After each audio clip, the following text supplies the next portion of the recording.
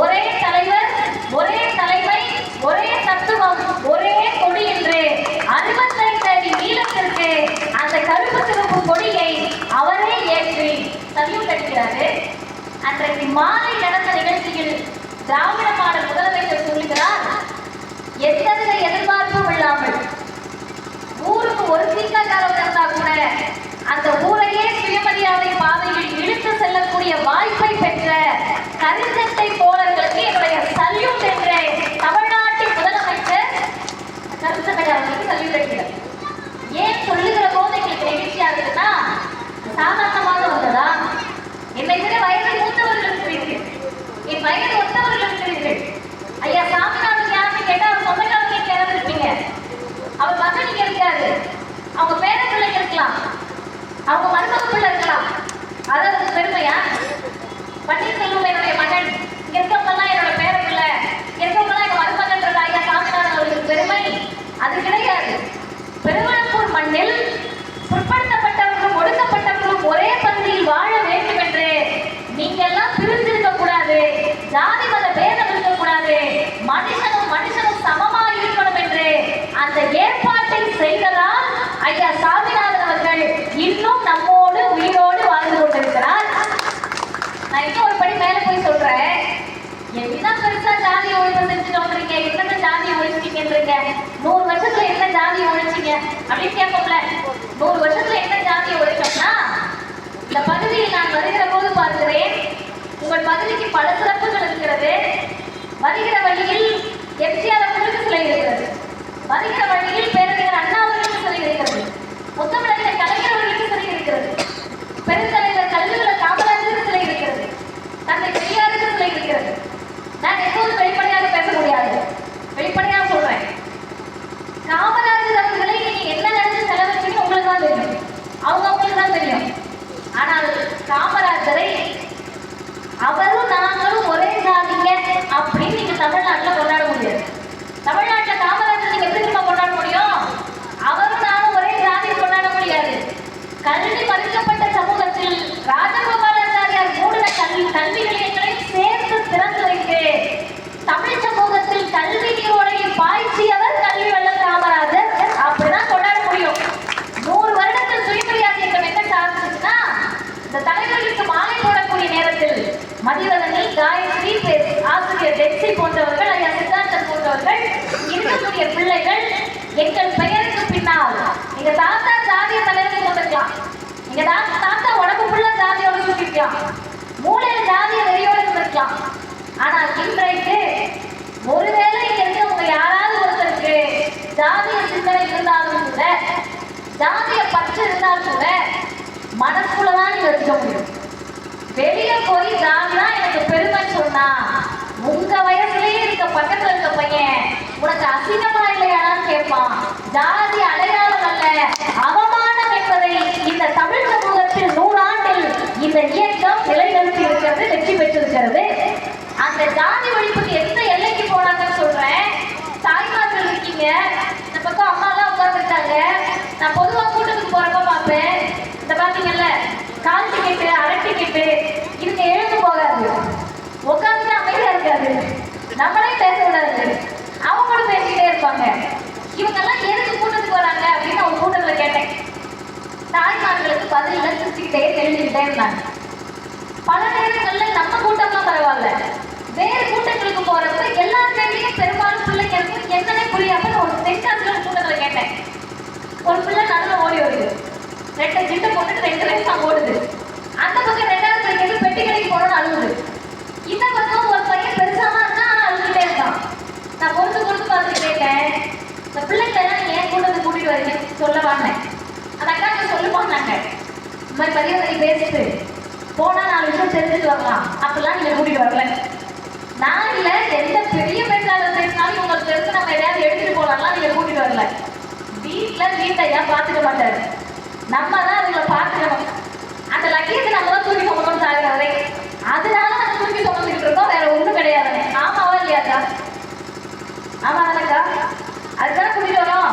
வீட்டில் விட்டுட்டு வந்தோம்னா பாதி ஆண்களுக்கு திரும்பி பார்ப்பாங்க, புள்ள ரோட்டுக்கு ஓடினா கூட பக்கத்து வீட்டு கூட ஓடுற அளவுக்கு உட்காந்துருப்பாங்க. அந்த அளவுக்கு ரொம்ப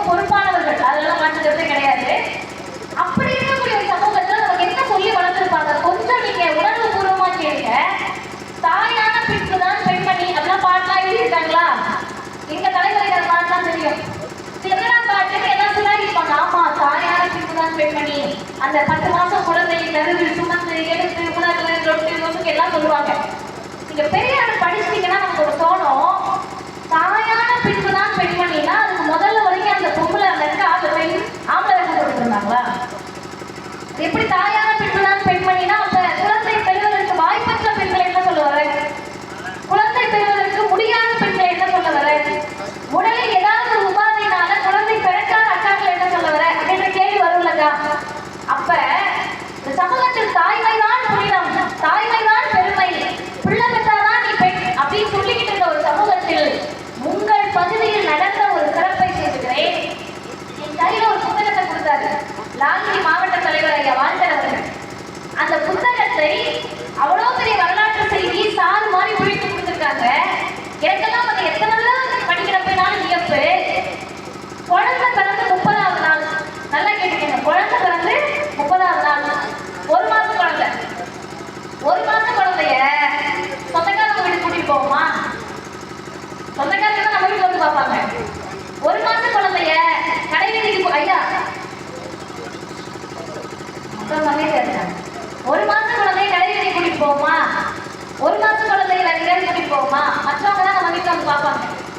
ஆனால் பூங்கூர் என்ற பகுதி லால்குடி கழக மாவட்டத்துல ஆரோக்கிய மேரின்னு ஒரு அம்மா இருந்திருக்காங்க. பேர் ஆரோக்கிய மேரி. அந்த அம்மா அந்த பகுதியிலிருந்து சட்டை எரிப்பில் கலந்து கொண்ட ஒரே பெண். அவங்க யாரை கூட்டிட்டு சிறைச்சாலைக்கு போறாங்கன்னா 30 நாள் ஆன குழந்தை, 1 மாசம் ஆன கை குழந்தைய தூக்கிக்கிட்டு சட்டத்தை எரித்து விட்டு ஜெயிலுக்கு போறாங்க.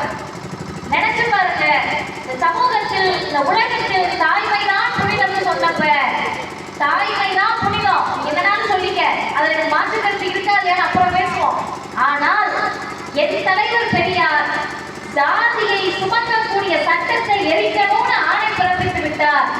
அதற்காக எந்த எல்லைக்கும் செல்வேன் என்று பெண்களை வீர மரபர்களாக பெற்ற ஒரே இயக்கம் திராவிடர் கழகம் சுயமரியாதை இயக்கம். எனக்கு அதை படிக்கிறப்ப புரியல, எப்படி 30 நாள் குழந்தைய தூக்கிட்டு நம்ம போயிருப்பாங்க? உடம்பு ஒத்துழைச்சு இருக்குமா? தாய்மார்களை பார்க்கக்கூடிய அப்பாக்கள் இருப்பீங்க, சகோதரிகளை பார்த்த அண்ணன்கள் இருப்பீங்க, உங்க பெற்ற பிள்ளை குழந்தை பெற்றுக்கிட்டப்ப பார்த்த அப்பாமார்கள் இருப்பீங்க. 30 நாள் ஒருத்தவங்களை தூக்கிட்டு தன்னுடைய உடல் உபாதையை கடந்து உடல் வலியை கடந்து பிள்ளையை பற்றி கூட கவலை இல்லைன்னு போக முடியுதுன்னா அவர்களுக்கு என்ன ஆசை இருந்துச்சு? ஜெயிலுக்கு போனா எம்எல்ஏ சீட்டு கொடுப்பாங்களா? ஜெயிலுக்கு போனா எம்பி சீட்டு கொடுப்பாங்களா? ஜெயிலுக்கு போனா கவுன்சிலர் போஸ்ட் கொடுப்பாங்களா? சார் அதெல்லாம் விடுங்க, பதவியை விடுங்க. ஜெயிலுக்கு போனா காசா கொடுப்பாங்க? ஜெயிலுக்கு போனா நல்ல சோறாவது கிடைக்குமா? எதுவுமே கிடைக்காது.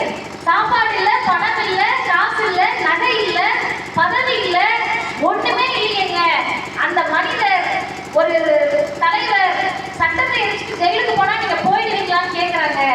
அந்த அம்மா ஜெயிலுக்கு போன பிறகு காவல்துறை அதிகாரிகள் போய் கேட்கிறாங்க, நீங்க தயவு செஞ்சு வெளியே போயிடுங்க, உங்க உடல்நிலை சரியில்லாம ஆகுது. ஜெயில கொடுத்த உணவு புழு பூச்சியோட கடிச்சி சேர்லமா வெளியே போக மாட்டேன். இல்ல நானா வெளியே போக மாட்டேன், ஜெயிலுக்குள்ள சட்டத்தை எரிச்சுட்டு வந்திருக்கேன், நானா வெளியே போக மாட்டேன். அப்படி பிடிவாதம் பிடித்தவர் கடைசியாக அந்த 30 நாள் குழந்தைக்கு வயிற்றுப்போக்கு ஏற்பட்டு அந்த குழந்தைக்கு ஏதாவது ஆகிடும்ன்ற சூழல்ல வந்தாங்க வெளியே. இன்னைக்கு எங்களுக்கெல்லாம் என்ன தெரியுமா கவலை? எங்களை போன்ற இளைய தலைமுறை இந்த கருப்பு சட்டையை போட்டுக்கிட்டு பெரியாரால் படித்தோம், இயக்கத்தால் வளர்ந்தோம் அப்படின்னா என்ன தெரியுமா கவலை? சட்டத்தை எரிப்பதற்காக 30 நாள் குழந்தையோடு பூங்கூரை சார்ந்த ஆரோக்கிய மேரி ஜெயிலுக்கு போன இடத்துல யாரோ ஒருவரை பார்ப்பதற்காக குழந்தைய சாகடிக்க கூட தயாராக இருக்கக்கூடிய பெண்கள் இருக்கிறார்கள் என்றால் அது தமிழ் சமூகத்தினுடைய அவமானம், அவலம், கேடு.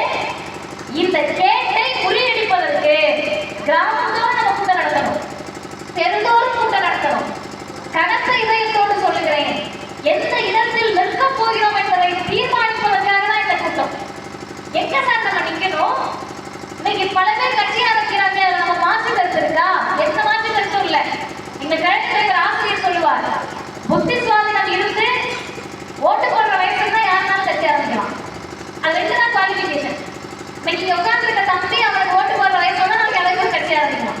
இதெல்லாம் பெரிய இதா சாதனையா ஒன்றும் கிடையாது, யாருனாலும் கட்சி ஆரம்பிக்கலாம். ஆனால் ஒரு கட்சி, ஒரு இயக்கம் எப்படிப்பட்டதாக இருக்க வேண்டும்? அந்த இயக்கத்திற்கு ஒரு கொள்கை இருக்கணும்.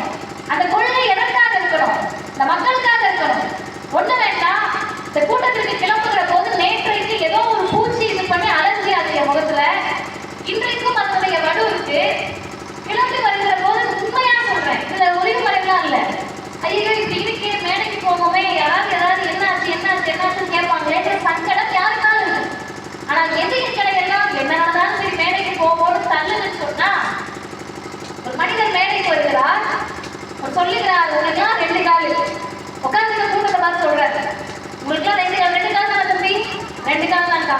2 கால். மனிதன் சொல்றார் எனக்கு மட்டும் 6 கால். சொன்னவர் தலைவர் தந்தை பெரியார். எப்படி 6 கால்? 95 வயசு வரைக்கும் மூத்திர சட்டி, யூரின் பேக் அப்படின்னு இன்னைக்கு சொல்றோம். ஆனா யூரின் பேக் தான் கிடையாது, மூத்திர வாளி என்றெல்லாம் சொல்லணும்னா சிறுநீர் சொட்டு சொட்டா வடியுது. சிறுநீர் வடியக்கூடிய இடத்தில் அந்த பேக், அந்த மூத்திரவாளியை தூக்கிக்கிட்டு 2 பேரோட தோல்ல கையை போட்டுக்கிட்டு, அதான் 6 கால். 2 பேர் மேல கையை போட்டுக்கிட்டு தான் ஐயா நான் நடந்து வர முடியும். சார் என்ன அவசியம்? நீங்க மூத்திர பேக்கை தூக்கிக்கிட்டு வாளியை தூக்கிக்கிட்டு ஊர் ஊரா போறதுக்கு அந்த மனிதர் பணம் இல்லாம இருந்தாரா? இன்னைக்கு வந்திருக்கக்கூடிய நிதியை திருடிப்பிக்கக்கூடிய கூட்டங்கள், வெளிநாட்டு நிதியை திருடிப்பிக்கக்கூடிய கூட்டங்கள், சொந்த மக்களை ஏமாற்றி பிழைக்கக்கூடிய இழிப்பிறவிகள் தந்தை பெரியாரை பார்த்து கேட்கிறாங்கல்ல, பெரியார் பெரியாரானே நீ சொன்னாலும் சொல்லலனாலும் 1920 100 வருஷத்துக்கு முன்னாடி 900 ரூபாய் இன்கம் டாக்ஸ் வருமான வரி கட்டின குடும்பம் தந்தை பெரியாருடைய குடும்பம். யாருக்காவது தெரியுமா? 900 ரூபாய் வருமான வரினா என்னங்க கணக்கு? இன்னைக்கு நேருக்கு ₹1,00,000 வருமான வரி கட்டின குடும்பம். இன்னைக்கு நீங்க போய் பார்த்தாலும் ஈரோட்ல பெரியாரோட வீடு தான் பிரம்மாண்டமா இருக்கும். மனித குடும்பம், தலைமுறைக்கு உட்கார்ந்து சாப்பிட சோறு. அவங்க அம்மா, நீங்க பெரியார் படத்துல பாத்தீங்கன்னாவே தெரியும், கழுத்துறதே தங்க நகை, பட்டுப்புடவை மட்டும் தான் கட்டுவாங்க. இன்னும் உங்களுக்கு புரியுற மாதிரி சொல்லணும்னா, அடுத்தவர்கள் பிழைப்பில் தொப்பை வளர்த்த பார்த்தவர்களுக்கு சோறு போட்ட குடும்பம் தந்தை பெரியாருடைய குடும்பம். ஐயா கிட்ட உட்காந்து சாப்பிடுவாங்க. இத்தனை இருந்த ஒரு மனுஷன் சாகிற வரைக்கும் போட்டிருந்த உடை என்ன தெரியுமா? இன்னைக்கு நவநாகரிகமாக மேடைக்கு வருகிறோம். எங்கள் ஐயா பெரியார் உடுத்திய உடை லுங்கி, கைலி. ஏன் வேசிவாங்க காசு இல்லாமையா? இல்ல, இருக்கக்கூடிய பிற்படுத்தப்பட்ட ஒடுக்கப்பட்ட பட்டியலின ஏழை எளிய சிறுபான்மையினர் மக்களுடைய உடை கைலி லுங்கின்னு சொன்னா அதுதான் என்னுடைய உடை என்று உடையிலும் ஜாதி ஒழிப்பை பேசிய தலைவர் அறிவுலக பேராசான் தந்தை பெரியார். அந்த மனிதர் மேடைக்கு ஏறப்ப சின்ன அலர்ஜிக்கு கேட்பாங்கன்னு தோணுது. யூரின் பேக்கோட மேடைக்கு ஏறப்ப கூச்சு வச்சோம்ல, எப்படிங்க ஒரு சிறுநீர் தான் போறப்போ அந்த வேதனை இருக்காதா? வலியை யோசிச்சு பாருங்க. நம்மளால ஒரு 5 மணி நேரம் கூட்டத்துல கூட இன்னைக்கு இருக்கக்கூடிய உடல் சூழல உட்கார முடியாது. நான் உங்க மகள் வயது ஒளிவு மரத்தோடு பேசுறதுக்கு எனக்கு என்ன இருக்கு? சுகர் பேஷண்டா இருந்தாங்கன்னா உட்கார முடியாது. ஆனா ஒரு மனிதனுக்கு மேடையிலேயே வலி ஏற்படுகிறது. வயிற்றை பிடிச்சுக்கிட்டு அம்மா அம்மான்னு கதறாரு. குடல் இருக்க நோய், இறங்கிய குடலை தாண்டி பிடிச்சுக்கிட்டு கதறி கொண்டே செத்து போறதுக்கு 6 நாளைக்கு முன்னாடி வரைக்கும் மக்களை சந்தித்த ஒரே தலைவர் உலக வரலாற்றில் தந்தை பெரியார். எதுக்கு? என்ன தேவை? ஏதாவது சீட்டு வாங்கினாரா? சீட்டு கூடன்னு கேட்கக்கூடியவர்களுக்கு மத்தியில் 29 அரசு பதவி இருந்தா வச்சுக்க, நான் மக்களுக்கு பணி செய்ய போகிறேன் என்று தூக்கி எறிந்த தலைவர் உலக வரலாற்றில் தந்தை பெரியார். எல்லாம் சாதாரண போஸ்ட் கிடையாது, அரசியல் போஸ்ட். எல்லாம் அரசியல் இருக்கக்கூடிய பதவிகள். 3 முறை முதல்வர் பதவி, 1 வேண்டாம்.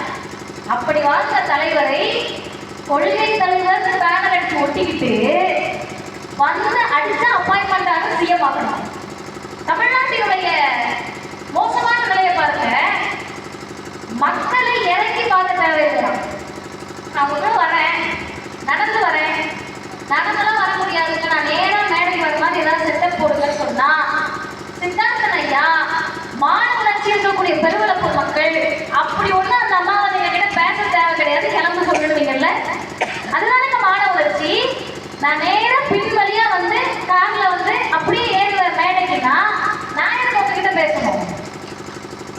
இறங்குவேன், ஒருத்தருடைய விரல் நுனி கூட என் மேல படக்கூடாதுன்னா நீ யாருக்கு அரசியல் பேச போற? எதுக்கு அரசியல் பேச போற? என்னென்ன தலைகளாம் திரும்ப போற? இது வரைக்கும் தமிழ்நாட்டில் நடக்காத இதை நீ பண்ண போற? இந்த கேள்வி வரும்ல. நாகரிகமாக பேசி பழக்கப்பட்டவர்கள் நாங்க. அதுக்குனால எனக்கு வார்த்தைகள் தெரியல, அநாகரிகமாக பேசுறது நீங்களே புரிஞ்சுக்கிறது. என்ன பண்ண போறன்ற கேள்வி இருக்குல்ல, அந்த கேள்விக்கு நான் ஒரே ஒரு பதில் சொல்லுகிறேன். நீங்க நினைக்கலாம் பெரியாரின் பிறந்த நாளைக்கு இவரை பத்தி எதுக்குமா பேசிட்டு இருக்கேன் நீங்க நினைக்கலாம். இவரை பற்றி பேச வேண்டாம் வேண்டாம் வேண்டாம் என்று விட்டுதான் 15 வருடத்தில் ஒரு இழிப்பிறவிகளை எல்லாம் நாம் அரசியல் கட்சியாக வளர்த்து விட்டிருக்கிறோம். ஈழத்தை வைத்து கேவல அரசியல் செய்யக்கூடியவர்களுக்கு நிகராக அல்ல, அதே அளவிற்கு ஆபத்தானவர்கள் இன்றைக்கு நாங்கள் கட்சிக்கு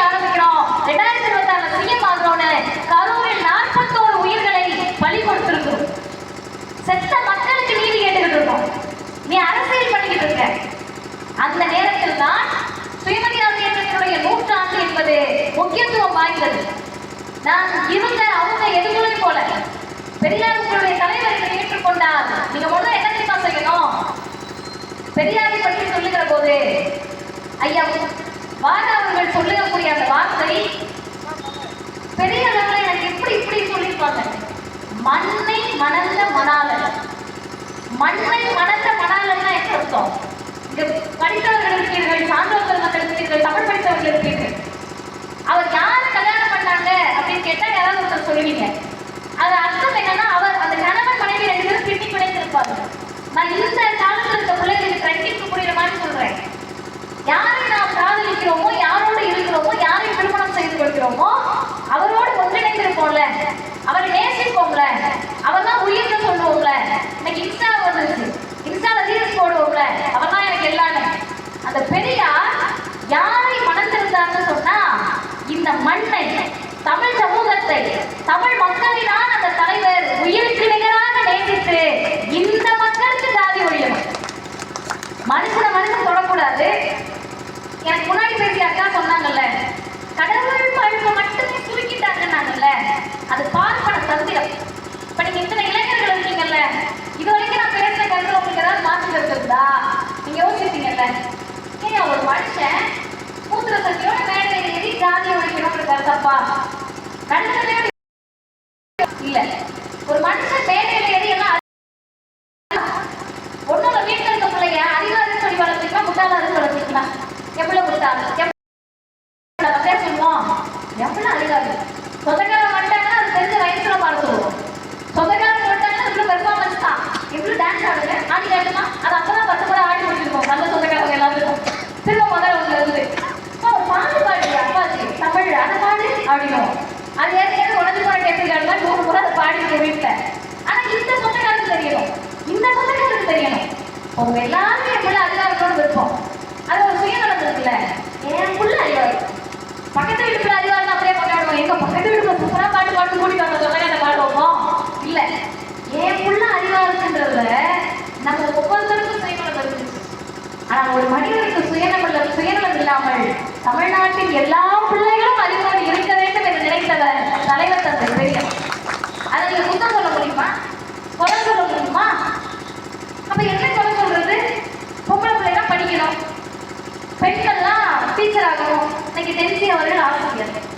முதல் சுயமரியாதை மாநாட்டினுடைய தீர்மானம் ஆரம்ப பள்ளி ஆசிரியர்களாக பெண்களை நியமிக்க வேண்டும். இன்னைக்கு தேதியில இந்தியாவில் தமிழ்நாட்டில் தான் அதிகமாக ஆரம்ப பள்ளி ஆசிரியர்களாக பெண்கள் இருக்கக்கூடிய மாநிலம் தமிழ்நாடு. பெரியார் 100 வருஷத்துக்கு முன்னாடி போட்டு தீர்மானம். அப்ப அதையும் சொல்ல முடியாது, பெண்கள் படிக்கிறாங்க, ஒன்றும் இல்லை. சித்தார்த்த நடிகாவுக்கும் காயத்ரிக்கும் உறவு முறையான்னு எனக்கு தெரியாது. ரத்த சொந்தமாங்கயா இல்ல. அவரு இப்ப 2 தடவை வந்து பேசினாரு. என்ன பேசுறான்னு நினைச்சிருக்கீங்கல்ல, எதுவும் பேசல. அவர் என்ன தெரியுமா சொன்னாரு? காயத்ரிக்கு அக்கா இருக்கு, அக்காவை தங்கச்சி இருக்கு, 2 பேரையும் உங்க வீட்டுல டிகிரி படிக்க வச்சுட்டாங்க. என்ன சந்தோஷம் வாங்கிட்டு நீங்க இதெல்லாம் இயல்பானது. நான் ரொம்ப உலக அரசியல் தத்துவமா பேசுறேன். ஒரு கருத்தாட்டக்காருக்கு தன் ஊரில் இருக்கக்கூடிய ஒரு பிள்ளையும் ஒரு தங்கச்சியும் டிகிரி படிக்க சந்தோஷமா இருக்கு. இது எங்க இருந்து வந்தது? சித்தார்த்த அப்பாவின் மரபணுவிலிருந்து வந்ததல்ல, எங்கள் அனைவருடைய தந்தை பெரியார் என்ற தலைவருடைய மரபணுவிலிருந்து வந்தது. அவங்க வயசுக்கு சரி யாராவது புள்ள பட்டா சந்தோஷமா இருக்கு, எங்க வயசுக்கு எங்களோட சின்னப்புல பட்டா சந்தோஷமா இருக்கு, எங்களோட சின்னப்புல அறிவாக தான் சந்தோஷமா இருக்கு. இது எல்லாம் கிடைத்த ஒரு தலைவரை எப்படி குறை சொல்ல முடியும்? எப்படி இந்த தலைவரை தமிழ் சமூகத்திலிருந்து விளக்க முடியும்? எப்படி இந்த தலைவரை சரியில்லைன்னு சொல்ல முடியும்? பார்ப்பனர்கள் கண்டுபிடித்து ஓய்ந்து போய் கடைசியாக எடுத்த ஆயுதம் எப்ப கடவுள் இல்லைன்ட்டு இருப்பா, சாமி இல்லைன்ட்டு இருப்பா. நிலையா பெரியார் சொன்னார், பேர் குத்துச்சீட்டோட எழுதி கொடுத்தாரு. பேசிட்டு இருக்கவே கடவுள் வந்தா என்ன பண்ணுவீங்கன்னு எழுதினாரு. இப்ப நீங்க என்கிட்ட எழுதி கொடுத்தீங்கன்னா எனக்கு கொஞ்சம் தர்காகும். ஆமா சாமி வந்தா என்ன பண்றது அப்படின்னு. பெரியார் சொன்னார், கடவுள் இழிவுபடுத்திட்டு போறேன். சாகின்ற வரை பெரியார் கடவுளை பார்க்கல, நான் பார்க்கல, எங்களுக்கு முன்னாடி இருக்கவங்க பார்க்கல. அப்ப அர்த்தம் என்னங்க? பார்க்காத ஒருவரோட எனக்கு என்னங்க சண்டை? நான் பார்க்காத ஒருத்தங்க பார்த்த ஒருத்தங்க சண்டை போட முடியும். இப்ப அண்ணன் நான் பேசுறப்ப தொந்தரவு பண்ணிட்டே இருக்காரு, நான் ஏன் அப்படின்னா இருக்கிறவர்கிட்ட கேட்கலாம். நானா இந்த சைட்ல பார்த்து ஒரு கல்லை பார்த்து ஏன் நான் இந்த சண்டை போட்டு இருக்கேன் அப்படின்னு நான் பேசினா நல்லா தானே வந்த அப்படி நினைப்பீங்களா?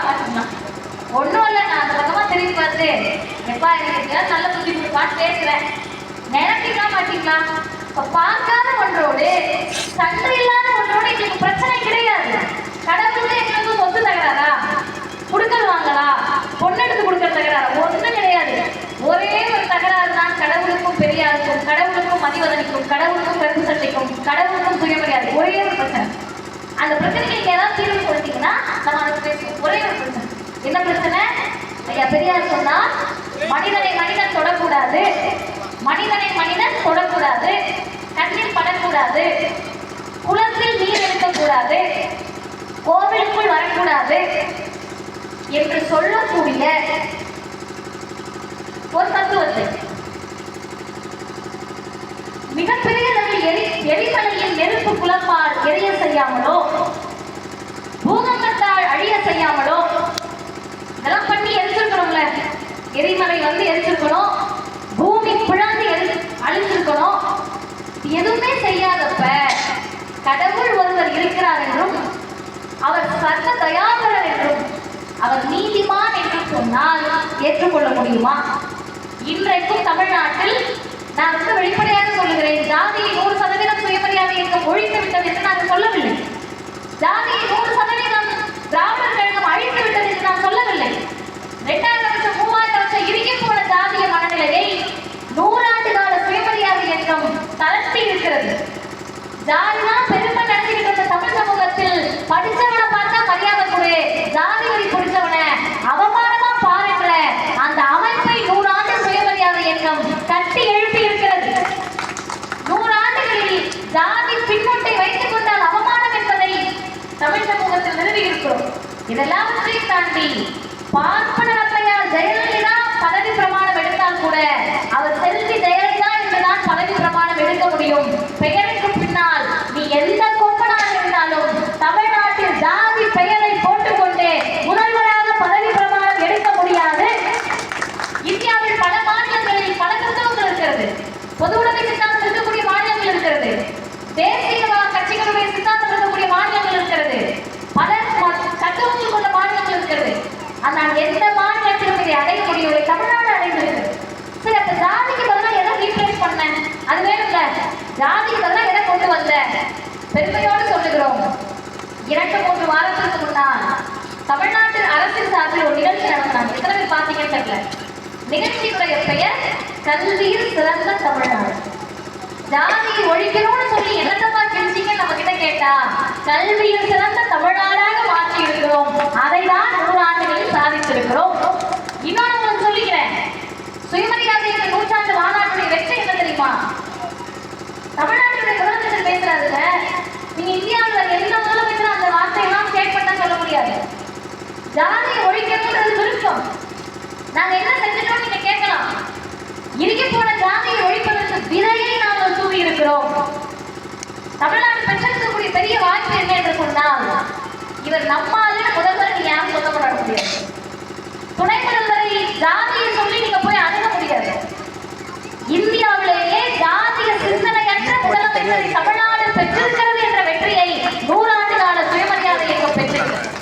அதுக்கு அடுத்து அவர் ஒன்று சொன்னாரு, அண்ணா சொல்லாதது கலைஞர் சொல்லாததெல்லாம் இந்த ஸ்டாலின் சொல்றதே கடுப்புனாரு. என்ன சொல்லாதது? அண்ணா திராவிட மாடல்னு சொல்லல, கலைஞர் திராவிட மாடல்னு சொல்லல, இவர் சொல்றாரு எரிச்சல் படுறாங்க. முதல்வர் சொன்னது, நான் சொல்லல, முதல்வர் சொல்லுகிறார் அவர்களுக்கு எரிச்சல் வருகிறது சொல்லிவிட்டு அவர் சொன்னார், அவங்களுக்கு எரிச்சல் வரட்டும் தான் நான் திராவிட மாடல்னு சொல்றேன். அந்த அவங்க யாரு? வெளிப்படையா பேசுவோமா? அந்த அவங்க யாரு? மதிவதனையும் உட்கார்ந்து அக்காவும் மேடையில் இருக்க பெண்களும் படிக்க கூடாதுன்னு சொன்ன சனாதன ஆதியம் தான் அவங்க. தமிழ் சமூகத்தை ஜாதியாக பிரித்து நீ மேல தெரு, நான் கீழே தெரு, நீ பிற்படுத்தப்பட்டவன், நீ மிகவும் பிற்படுத்தப்பட்டவன், நீ தீண்டத்தகாதவன், நீ தாழ்ந்த ஜாதி, தொடக்கூடாதவன், பார்க்கக்கூடாதவன், தீண்டத்தகாதவன் என்று வர்ணாசிரமத்தை கொண்டு வந்த ஆரிய பார்ப்பனியம் தான் அவங்க. பெண்கள் எல்லாம் படிச்சா ஓடி போயிடுவாங்கன்னு சொன்ன சனாதனம். நினைச்சு பாருங்க, தாய்மார்கள் நினைச்சு பாருங்க, இந்த இயக்கத்திற்கு ஆண்கள் நன்றி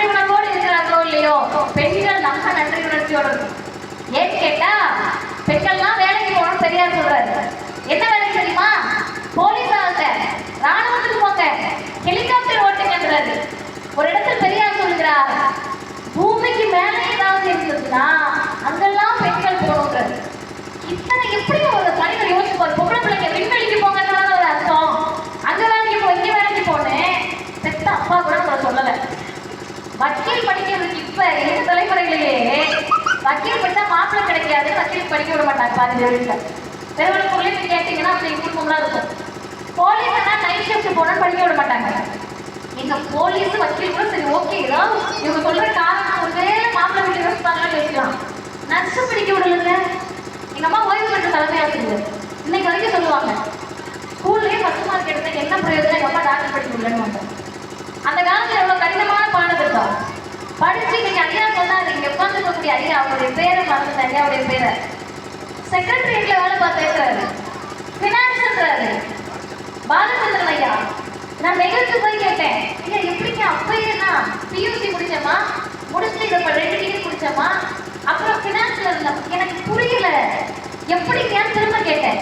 அதுக்கு ஒரு என்ன சொன்னாரு, எங்க வீட்டை படிக்க வச்சாங்க.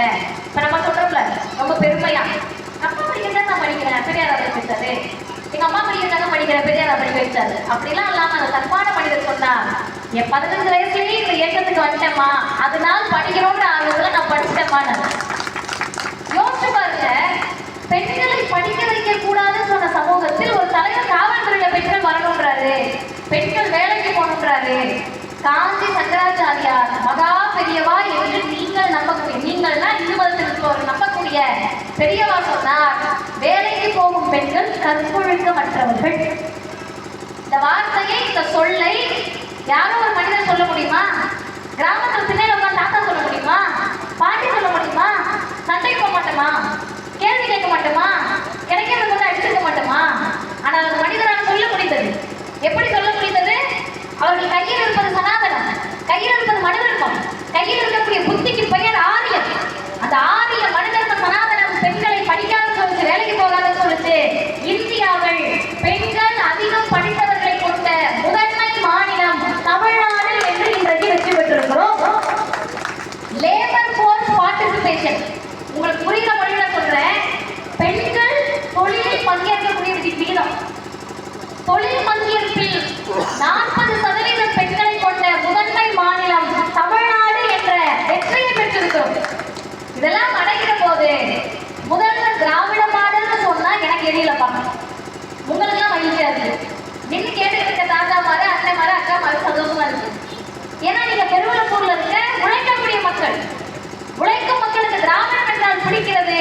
அடுத்தவர்கள் உழைப்பில் உண்டு கொழுக்கக்கூடிய கூட்டத்திற்கு திராவிடம் என்றால் எரியும். அவங்களுக்கு எரிகிற வரைக்கும் தான் நம்ம சரியா இருக்கோம்னு அர்த்தம். பார்ப்பவர்களுக்கு எரிகின்ற வரைதான் தமிழ்நாடு பெரியார் மண்ணாக இருக்கும். யோசிச்சு பாருங்க, எல்லா தலைவர்களும் ஏற்றுக்கிறாங்க. சாமி இல்லைன்னு சொன்ன தலைவர்களை கூட பெரும்பாலும் ஏற்றுக்கிறாங்க. ஜாதி இல்லைன்னு சொன்ன தலைவர்களை கூட பெரும்பாலும் ஏற்றுக்கிட்டு அணைக்க பாக்குறாங்க. பெரியார்ட்டம்னா அந்த விவாதத்துல அவ்வளவுதான், ராமசாமி ராமசாமி ராமசாமின்னு வாங்க சொல்லிட்டு போ. அந்த தலைவர் என்ன தெரியுமா சொன்னாரு? சிலை வச்சாங்க. இங்க பெருவளப்பூர்ல பெரியார் சிலை இருக்குல்ல, சில இடங்கள்ல அது பெரியாரானே கண்டுபிடிக்க முடியாத மாதிரி தான் சிலை வச்சிருப்பாங்க தமிழ்நாட்டுல. தலைவர் சொன்னார், சிலை வை, அது என் முகம் மாதிரி இல்லைனாலும் பிரச்சனை இல்லை, கண்ணு மூக்கு மொழியோட இருக்கணும், என்ன மாதிரியே இல்லைனாலும் பிரச்சனை இல்லை, எங்க எனக்கு சிலை வைத்தாலும் கீழே கடவுள் இல்லை, கடவுள் இல்லை, கடவுள் இல்லவே இல்லை, கடவுள், அந்த கடவுள் மதிப்பு வாக்கியத்தை வச்சுது. ஏன் பார்க்கக்கூடிய சாமி நம்பிக்கிறது எங்க அக்கா மாருக்கா கஷ்டமா இருக்கணும்னா இல்ல. பெரியார் செத்து 50 வருஷம் ஆயிடுச்சு, உண்மையா செத்துட்டாரு, நம்ப மாட்டேங்கிறாங்க. சிலையை பார்த்தா பயமா இருக்கும் போல ராத்திரியில, இந்த பேய் கனவு வருதுன்னுவாங்க. நமக்கு பேய்களை நம்பிக்கை இல்லை, கடவுளை நம்பிக்கை இல்லை, அவங்களுக்கு நம்பிக்கை இருக்கும் போல. கைத்தடியோட அந்த மனுஷன் வராரு, பாதி காவிரி பார்த்தாரு தொடங்கி கன்னியாகுமரி பார்ப்பட வரைக்கும் பதட்டம், அழுக, கவலை, சிலையை உடைக்க போறாங்க. அப்பதான் ஐயா சொல்றாரு, எனக்கு பின்னால் வரக்கூடிய தலைவர், குழந்தைங்க பிள்ளைங்க, வீடியோ எடுத்துட்டு இருக்க பாப்பா, முன்வரிசையில் இருக்க தம்பி, இதெல்லாம் பார்க்கணும் 50 வருஷத்துக்கு பிறகு என் சிலையை. அப்படி பார்க்கிற போது தாடி, வயது முதிர்ந்த தோற்றம், நிறைஞ்ச தலை, இதெல்லாம் யாருக்கான அடையாளம்? தமிழ்நாட்டில் சாமியாருக்கான அடையாளம். நீ அப்படியே விட்டுட்டேன்னா யாரோ ஒரு சாமியார் உயிரோடு இருந்தாலும் போல நினைச்சுக்குவாங்க. என் தத்துவம் தெரிய வேண்டுமே தவிர என் முகம் அழகா இருக்க வேணும்னு அவசியம் கிடையாது என்று சொன்ன தலைவர் தந்தை பெரியார். ஒண்ணு வேண்டாங்க, போன வருடம் 2023 நான் மலேசியா பயணம், திராவிடர் கழகத்தினுடைய பரப்புரை பிரச்சாரம். நல்லா கேட்டுக்கங்க, ஒரு ஊருக்கு என்ன கூட்டிட்டு போறாங்க, மலேசியாவுக்கு ஒரு மாநிலம். அங்க போனோம்னா ஒரு கோவிலுக்கு கூட்டிட்டு போனாங்க. எதுக்கு இந்த பேசினாருன்னு. ஐயா என்ன பேசியிருப்பாரு கோவில்ல உட்கார்ந்துன்னா பகுத்தறிவு பிரச்சாரம். கிடைச்சா பிரச்சாரம் பண்ணாதான் நாளைக்கு நீங்களே கோவில்ல அனுமதி கொடுத்து என்னை கூப்பிட்டு வெளியே இங்க சேர்த்து போட்டுக்கலாம் நம்ம பேசாம போயிட்டு போறோம். பார்த்ததில்லை நான் கடவுள், அதனால எங்களுக்கு கடவுள் பிரச்சனை இல்லை. ஒருவேளை அவர் பிரச்சனை தான் அவர் வந்து கேட்பாரு. சும்மா அவருடைய ஏஜென்டா இருக்கக்கூடிய காவி வேண்டி வெட்டிக்கலாம் வந்து கேட்கக்கூடாது. வேணும்னா அவர் வந்து கேட்பாரு. அப்ப எதுக்கு இவங்க உட்கார்ந்து இங்க பேசியிருக்காருன்னு கேட்டா பகுத்தறிவு பேசுறாரு, சுயமரியாதை பேசுறாரு. கடல் தாண்டி பயணித்த இந்த மக்களை பார்த்து, மலேசிய மக்களை பார்த்து சொல்றாரு, தயவு செய்து இந்தியாவுக்கு வந்துடாதீங்க. தேச துரோகி தானே பெரியார்.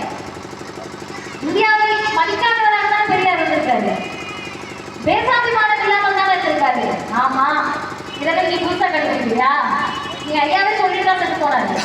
எனக்கென்று தேசாபிமானம் இல்லை, எனக்கென்று இனம், இந்த இனம் பற்றி இல்லை, எனக்கென்று மொழி பற்றி இல்லை, எனக்கென்று ஜாதி பற்றி இல்லை, எனக்கென்று மதம் பற்றி இல்லை.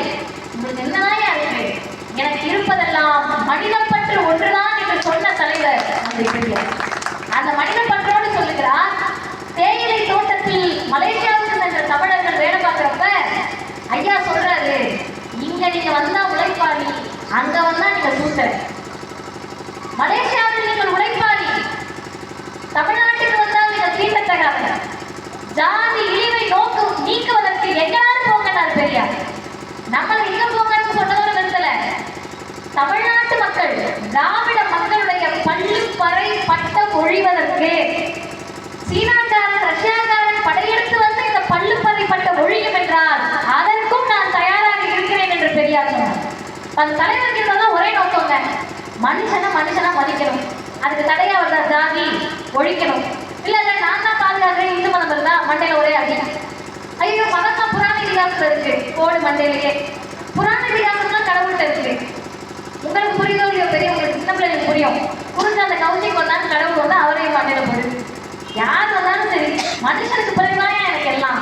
ஏதாவது தப்பு இருக்கா? பெரியாருடைய கடவுள் பட்சத்தில் ஏதாவது தவறு இருக்கா? சரி, நீங்க அதை ஏற்றுக்கங்க. மலேசியாவுக்கு போறாரு, பிரச்சாரம் பண்றாரு, நல்லா கேட்டுக்கங்க.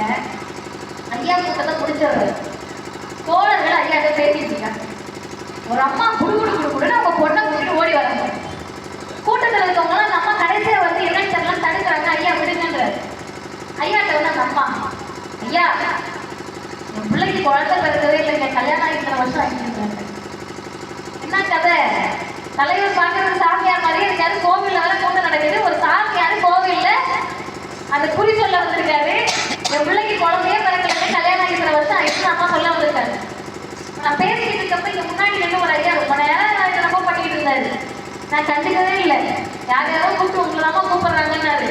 அவர் என்னைய கூப்பிடுறாருன்னு அவருக்கு தெரியணும்ல.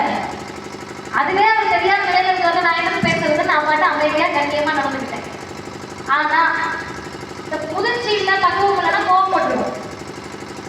எல்லாரும் பெரிய சாமியார் மாதிரி குறிச்சொல்ல சொல்லி கேட்டுட்டு இருக்கு. அம்மான்னு கோவப்பட போறாங்க.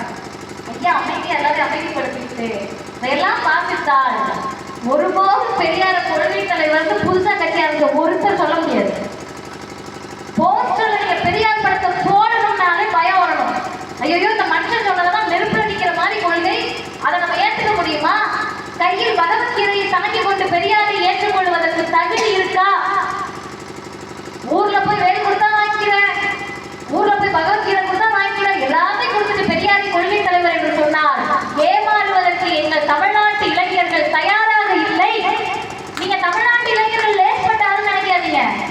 என்னையா இது நிறைய பேர் விரக்திகள் இருக்காங்க. எங்களுக்கு ஒரு விரக்திகள் இல்லை, ஏன்னா எங்க தலைவருக்கு விரக்தி இல்லை. இதை விட ஒரு பெரிய ரசிகர் கூட்டத்தை பார்த்து சினிமாக்காரர்களை எல்லாம் பார்த்த மண் இந்த மண். இப்ப இதெல்லாம் பெருசு கிடையாது, வேதனை இருக்குங்க.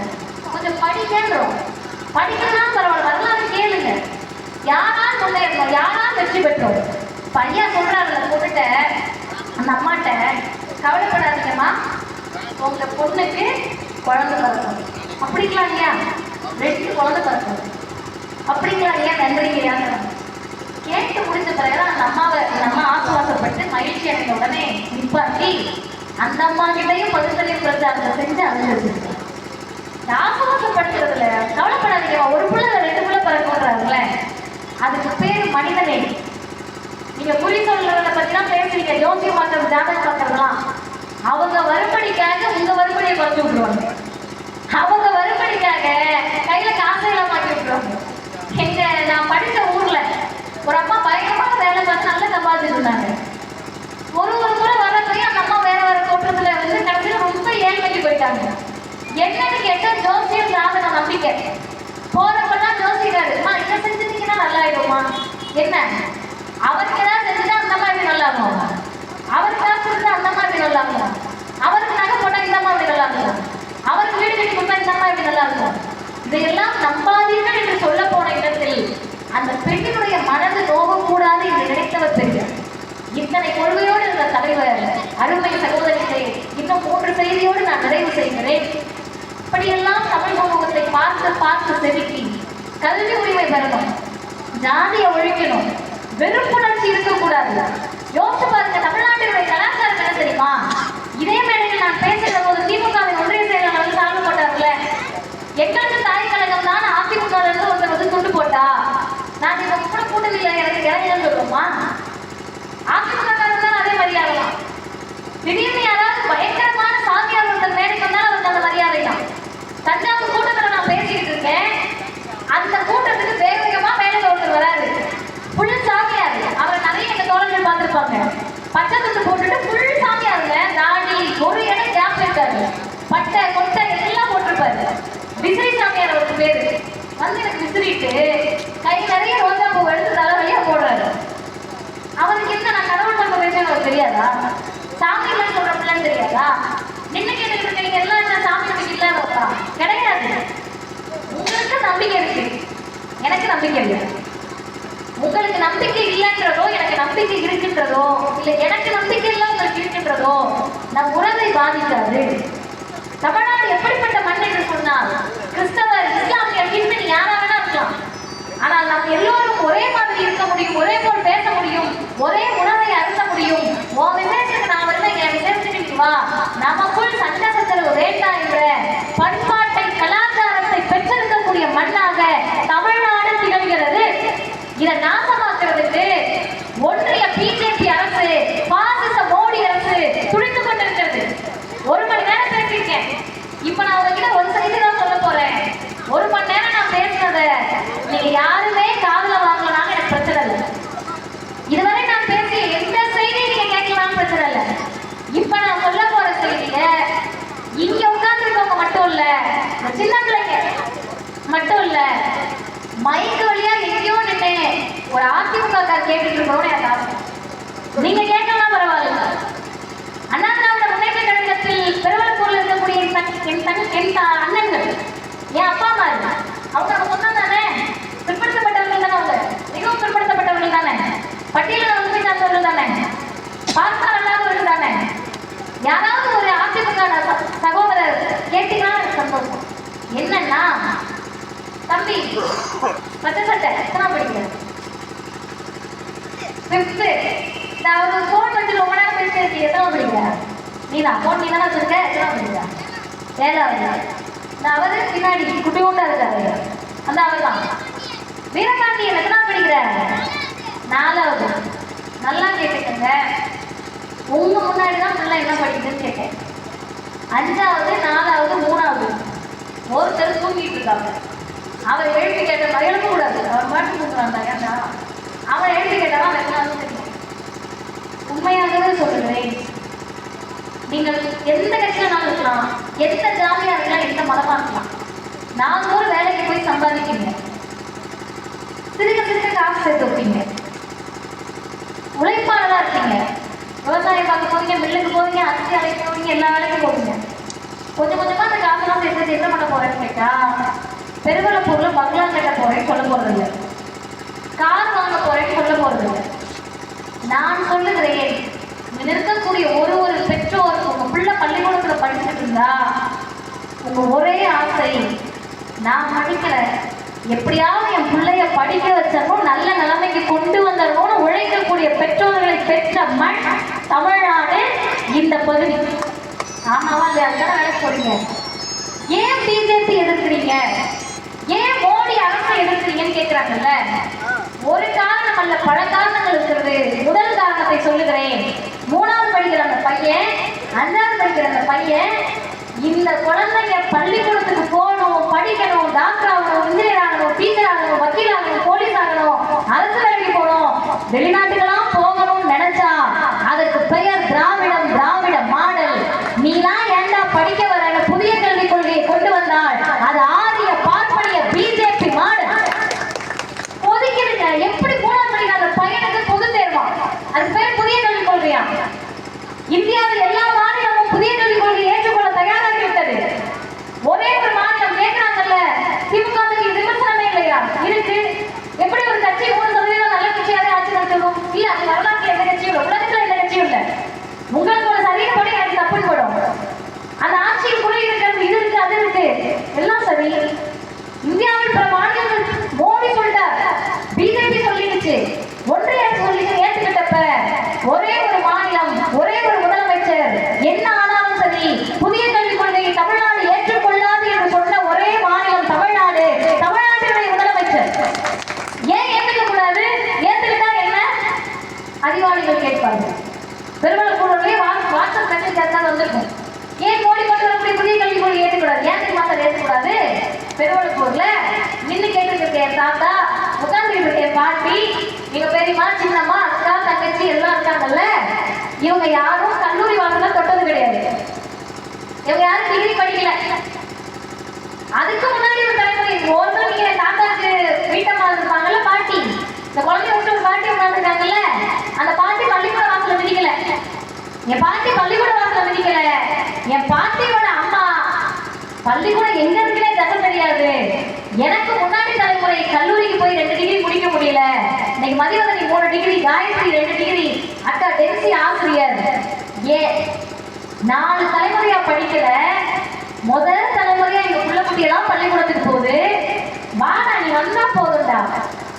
பசிக்குது, மதிய உணவு, காலையில சோர்வா இருக்கு, காலை உணவு, புத்தகம் கொடுக்குறோம், சாப்பாடு கொடுக்குறோம், எல்லாம் கொடுக்குறோம், நீ வந்தா மட்டும் போதும்னு இந்தியாவில் அழைக்கக்கூடிய ஒரே மாநிலம் தமிழ்நாடு. எங்களுக்கு என்ன உணர்வுன்னா, 2000 ஆண்டு காலமா கைநாட்டா வச்சிருந்தேன் எங்களை.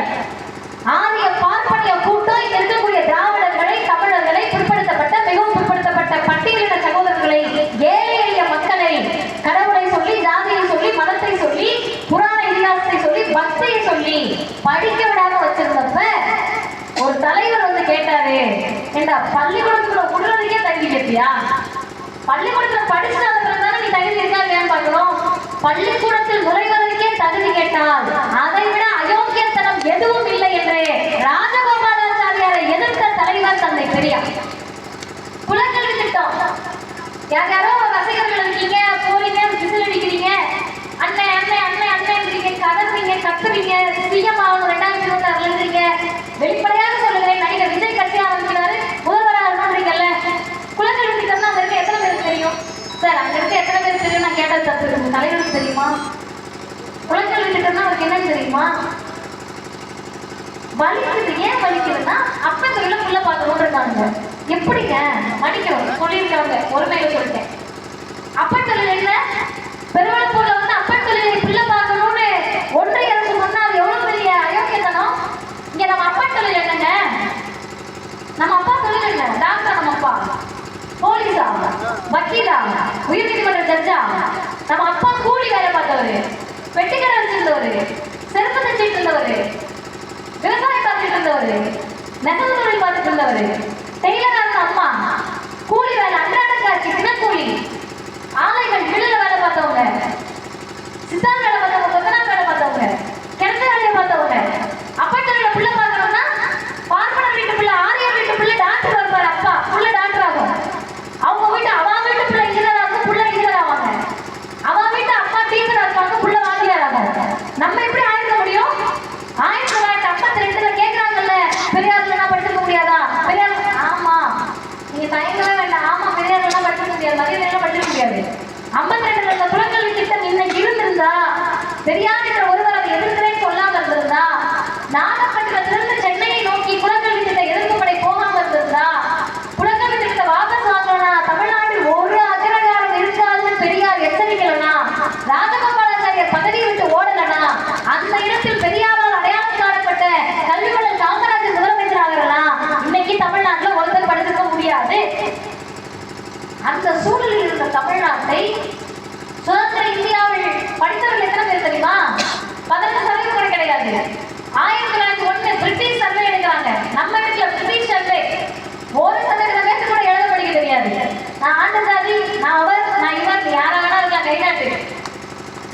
இந்த டெல்டா மாவட்டங்கள் உங்க பகுதியை சேர்த்தே சொல்றேன். ஜாதி பெருமையோட யாராவது சுத்திட்டு இருந்தா போய் சொல்லுங்க. இளைஞர்கள் தயவுசெஞ்சு அவங்கள்ட்ட போய் பேசுங்க. ஏய் நான் எவ்வளவு பெரிய ஆளா இருந்தா தெரியுமா? என் தாத்தா தாத்தா என்ன படிச்சா அது கேளுங்க. பெரிய ஆள் தானே, கணக்கார் தானே, நிலவுடைமையாளர் தானே. நெல்லு எப்படியா அந்த பொன்னியின் செல்வன் படத்துல வரும், யானை கட்டி போர் அடிச்சாங்க. பொன்னி நதி பார்க்கவே எல்லா பக்கமும் பச்சை பச்சை செல்வ செழிப்பு. நமக்கு ஒண்ணு கிடைக்கலையே. செல்வ செழிப்பா நம்ம தாத்தா ஒரு படி நெல்லு தானே போய் கேட்டு நின்றுட்டு இருந்தாரு. நம்ம பாட்டி ஒரு படி நெல்லுக்காக தானே அடி வாங்கினாங்க, ஒரு படி அரிசிக்கு தானே அடி வாங்கணும். என்ன காரணம்? கல்வி இல்ல, வேலை இல்ல, சாப்பாடு வழி இல்ல, அந்த மட்டும் நிற்கும். சமூகத்துக்கு கல்வியை கூட, வேலையை கூட, அதை படிச்சு அவன் வேலைக்கு போய் அவன் சம்பாதிச்சு அவன் சாப்பிடட்டும். சொன்ன இயக்கத்திற்கு பெயர் சுயமரியாதை இயக்கம், திராவிடர் கழகம், தலைவர் தந்தை பெரியார். அந்த கருத்தத்தை தோழர் ஜாதி எரிப்பு, சட்ட எரிப்புல இறந்தவங்களை பத்தி பேசுறோம். கல்விக்காக குலக்கல்வி திட்ட எதிர்ப்பில் செத்த சீகாக்காரங்களோட எண்ணிக்கை 12 பேர். இன்னைக்கு நாங்க கல்வியை பற்றி பேசாம யாரு சார் பேசுவா?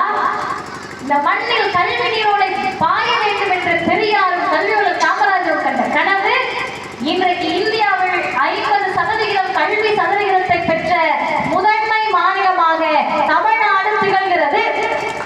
இதை நாசமாக்கணும் மோடி வந்தாலும் சரி, அமித்ஷா வந்தாலும் சரி, புதிய கல்விக் கொள்கையை கொண்டு வந்தாலும் 3வது 5வது 8வது பொது தேர்வு இந்த பிள்ளை ஃபெயில் ஆயிட்டா என்ன பண்ணுவேன்னு கேட்கிறோம். நம்ம வீட்டில் உட்காந்து சொல்லி தரதுக்கு அப்பா அம்மாக்கே தெரியாதுங்க. 8வது வரைக்கும் ஒரு பிள்ளை படிக்கும். கலைஞரை பிடிக்காதவர்கள் யாராவது இருந்தீங்கன்னா ஒரு செய்தியை மட்டும் நான் சொல்றேன். உங்க வீட்டுல எல்லாத்தையுமே ஒருத்தவங்க இருப்பாங்க, அம்மாவோ அப்பாவோ. 5வதோட ஓடி வந்திருப்பாங்க, 4வதோட ஓடி வந்திருப்பாங்க. என் சித்தி, என் சின்னம்மா ஒருத்தவங்க 4வது நாள் ஸ்கூலுக்கு போல. என் சித்தி, உங்க வீட்டுல எல்லாம் படிச்சு டீச்சர் ஆயிட்டாங்க, நீ மட்டும் ஏன் ஸ்கூலுக்கு போகணும்னா? நல்லா கேட்டுக்கங்க, உங்களுக்கு பெரியவங்களுக்கு நல்லா கனெக்ட் ஆகும். அப்பெல்லாம் ஃபெயில் சிஸ்டம் இருந்துச்சு எனக்கு முன்னாடி தலைமுறைக்கு. இவங்க 3வது ஃபெயில், சரிங்களா? இவங்க தங்கச்சி 2வது பாஸ்.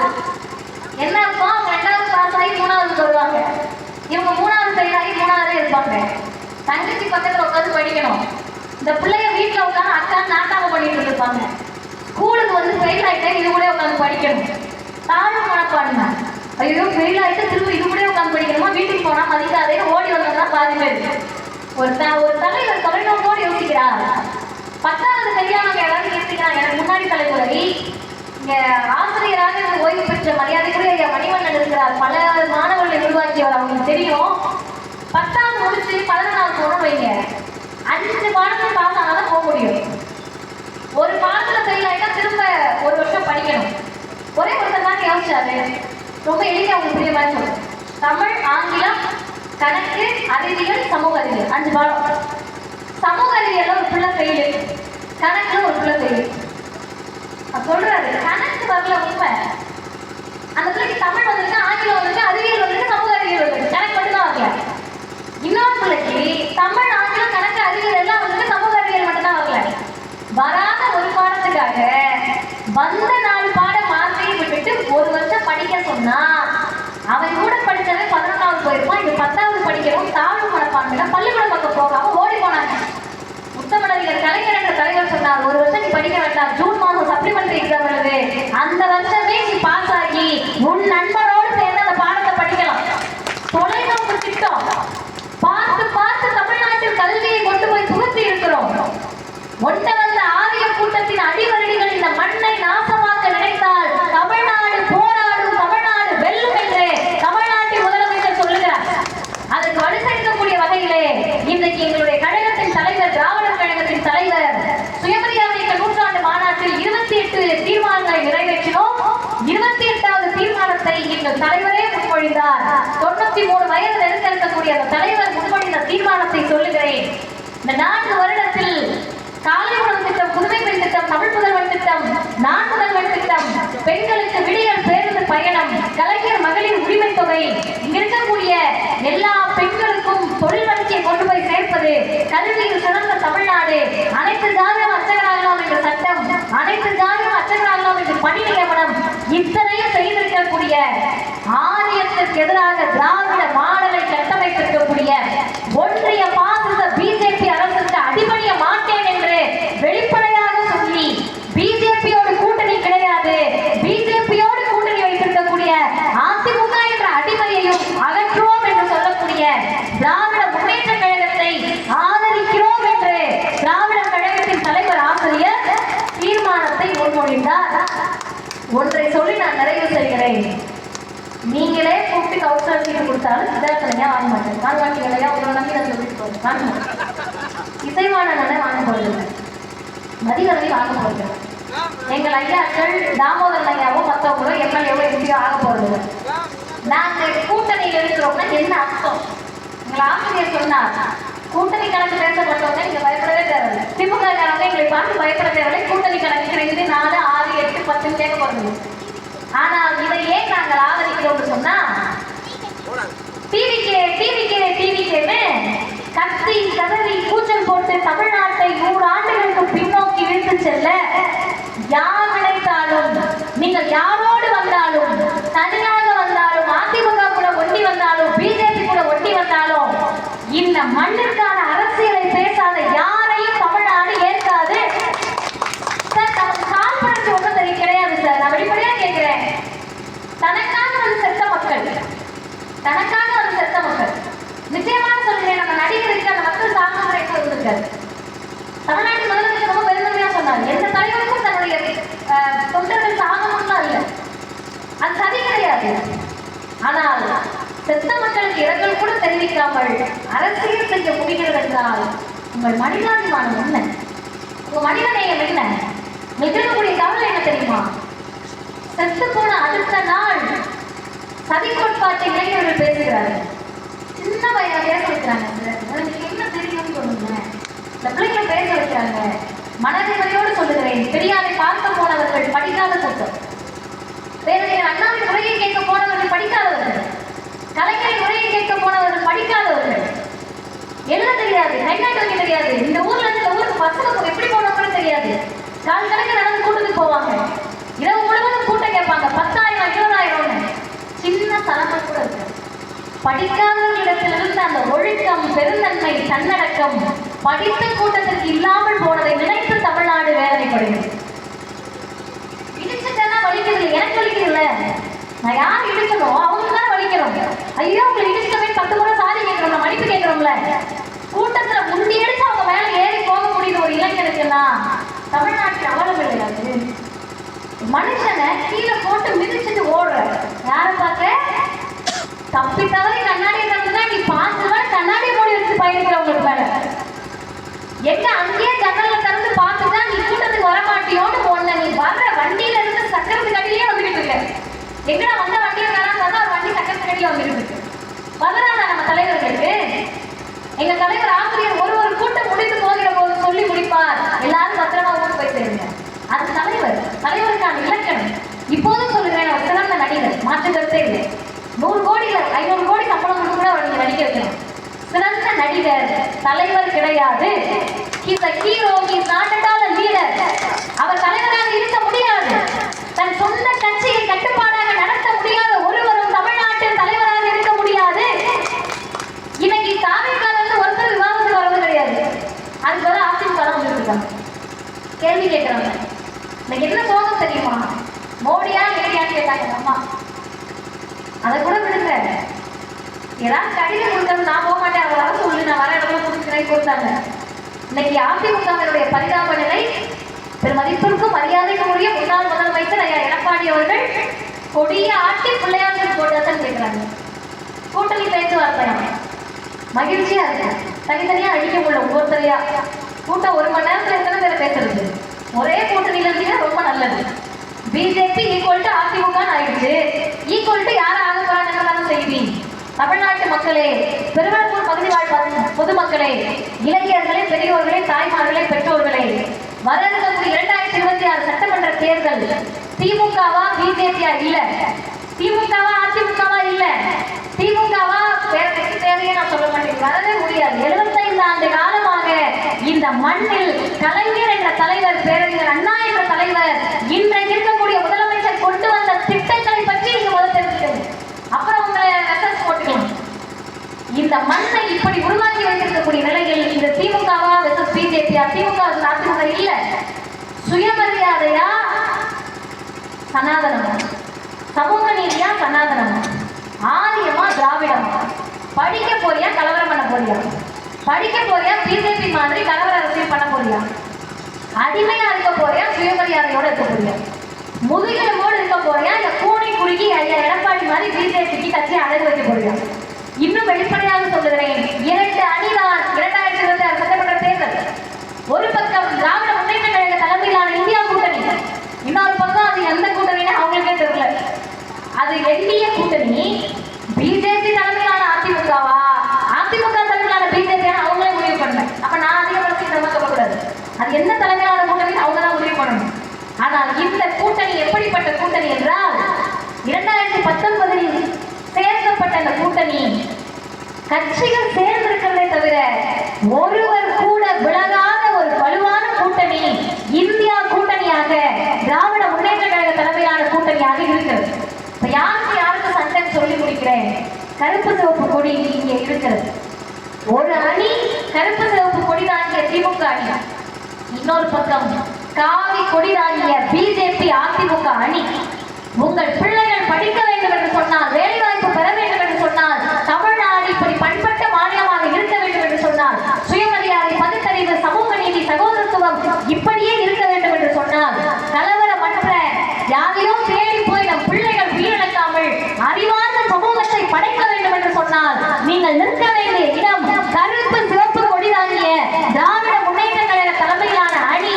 காவியையும் காவி பாசிசத்தையும் பிஜேபி ஒன்றிய அரசையும் அதனுடைய அடிமைகளையும் அடிவருடிகளையும் தமிழ்நாட்டில் இடமில்லை என்பதை சொல்லுவதற்கான 2026 சட்டமன்ற தேர்தலை சந்திப்போம். அதே நேரத்திலே வரக்கூடிய வழியிலே பெரியார் உலகம் சிறுகனூரில் அமைய இருக்கிறது. அந்த பெரியார் உலகத்திற்கு நன்றி உணர்வு கொண்ட ஒவ்வொரு தமிழரும் நம்முடைய பங்களிப்பை செலுத்துவதுதான் 26 சட்டமன்ற தேர்தலில் தன்னை பெரியாருக்கு நாம் செலுத்தக்கூடிய காணிக்கை என்று சொல்லி முடிக்கிறேன். வாய்ப்புக்கு நன்றி, வணக்கம். வாழ்வு பெரியார்.